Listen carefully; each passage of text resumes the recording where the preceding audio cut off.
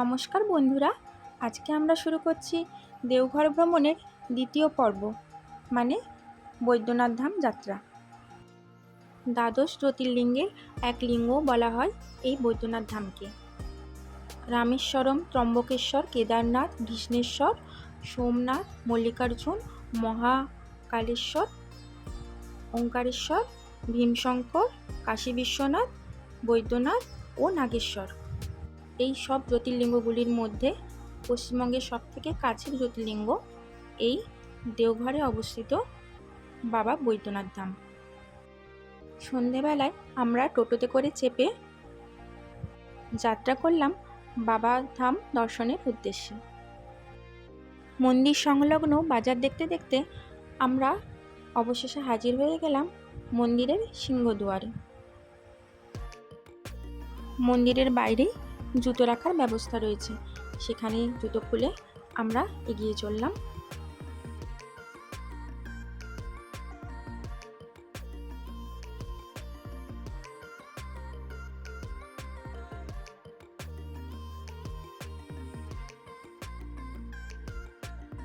আমরা প্রবেশ করলাম মন্দির প্রাঙ্গণে।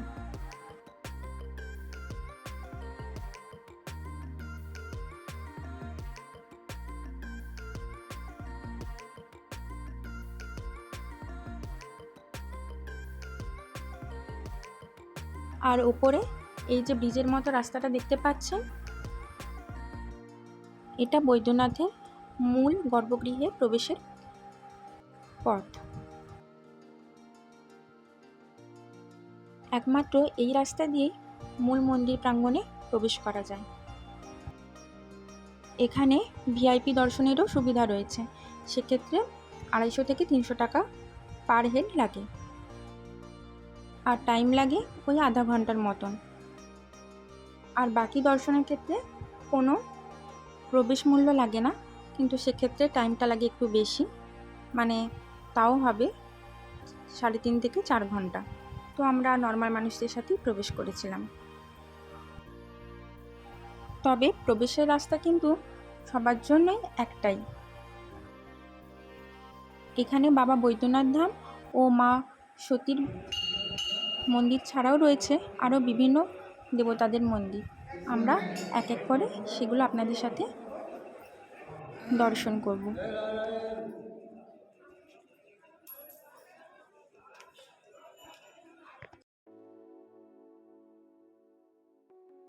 আমরা সন্ধ্যায় গিয়ে সন্ধ্যা আরতির যে খানিক ঝলকটুকু দেখতে পেয়েছিলাম, সেটুকুই আপনাদের সাথে ভাগ করে নেব।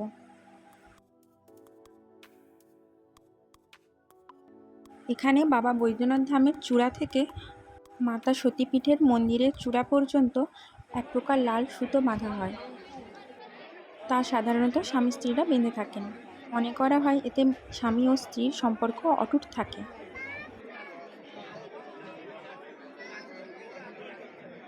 আর এটা 51 সতীপীঠের একটা পীঠও।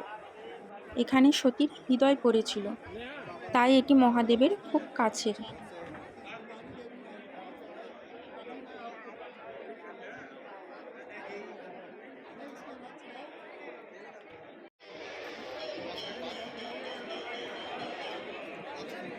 প্রচুর ভিড়, দেখতে পাবো না ভেতরে।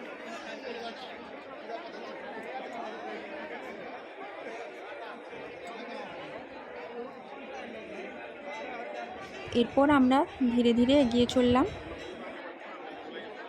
বৈদ্যনাথ ধামের মূল মন্দিরের গর্ভগৃহে প্রবেশের উদ্দেশ্যে।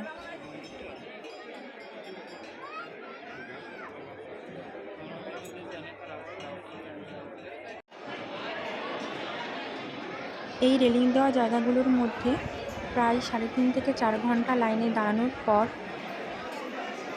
আমরা যেতে পেরেছিলাম বাবার কাছে।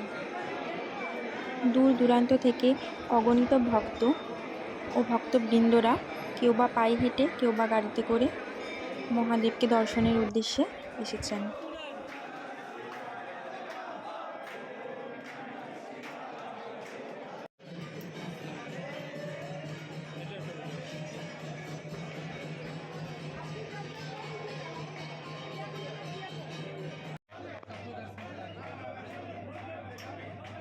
বাবার নামগান করতে করতে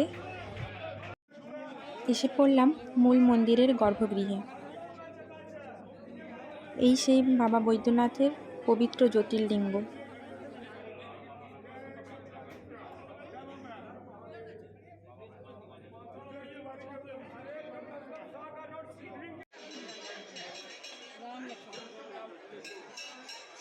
এরপর আমরা বেরিয়ে একে একে দর্শন করলাম রাম সীতা লক্ষ্মণ মন্দির, মা বগলা ও মা পীতাম্বরীর মূর্তি,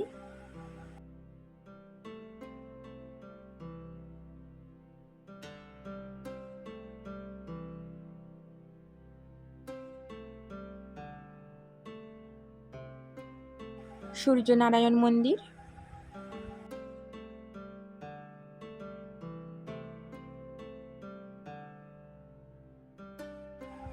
সরস্বতী মন্দির,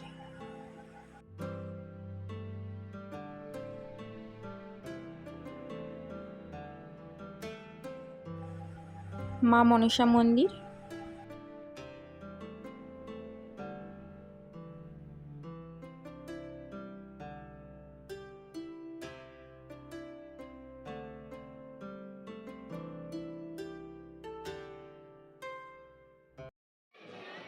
বজরংবলী মন্দির,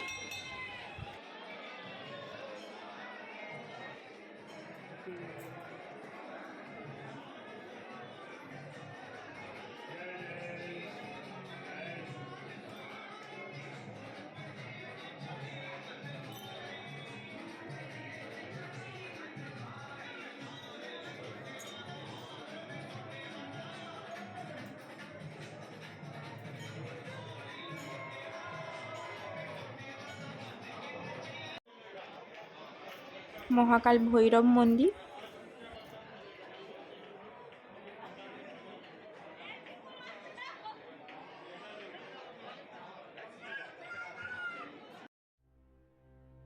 আর এটা সেই মন্দিরের বিশালাকার ঘণ্টা। এখানে আসতে গেলে অবশ্যই হাতে টাইম নিয়ে আসতে হবে। পুরো মন্দির প্রাঙ্গণ অনেকটাই বড়, আমাদের প্রায় 6 ঘন্টা সময় লেগেছিল। আর এটা মা সন্ধ্যা মন্দির।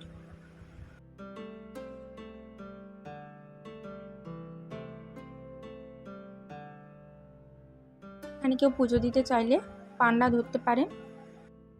পুরীর মন্দিরের মতো এখানে প্রচুর পান্ডা রয়েছে, আর সেই সব ব্রাহ্মণদের নাম্বার এই মন্দিরের দেওয়ালের গায়ে লাগানো রয়েছে।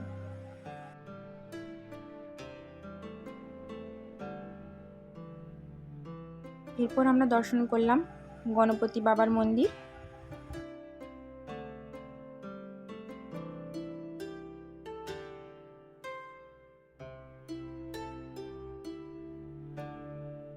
মা জগৎজননী মন্দির,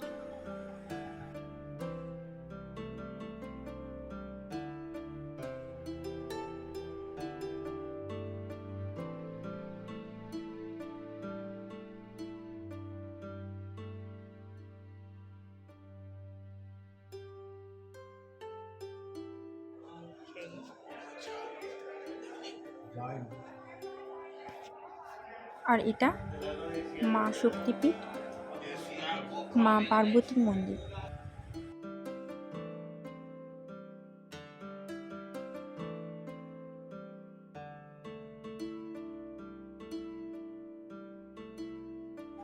এটা বাবা নীলকণ্ঠ মন্দির।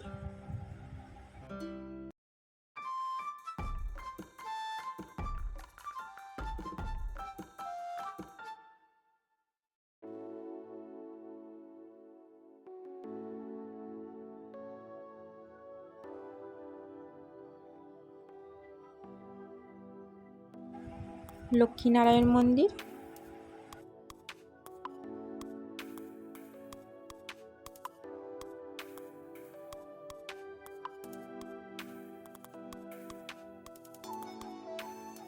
মা অন্নপূর্ণা মন্দির,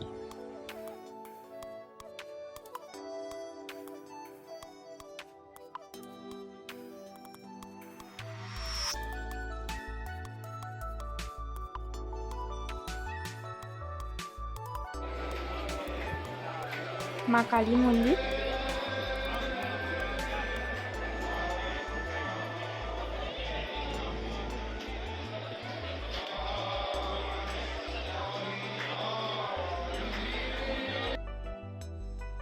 মা তারা মন্দির,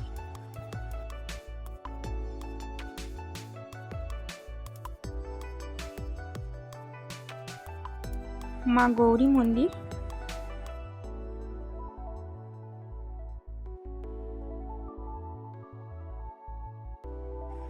আনন্দ ভৈরব মন্দির,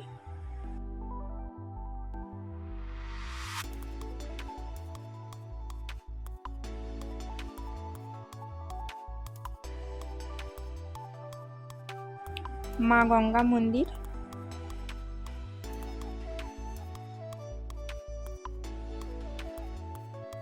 ব্রহ্মা মন্দির,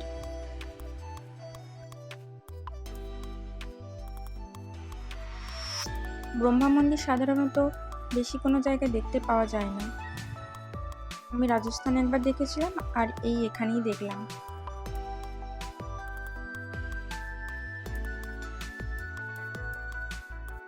তো বন্ধুরা, আমাদের ভিডিওটা কেমন লাগলো লাইক, কমেন্ট, শেয়ার, সাবস্ক্রাইব করে অবশ্যই জানাবেন। আর কখনো বৈদ্যনাথ ধাম এসে থাকলে সেটাও জানাবেন। জয় বাবা ভোলে মহেশ্বর, জয় বৈদ্যনাথ।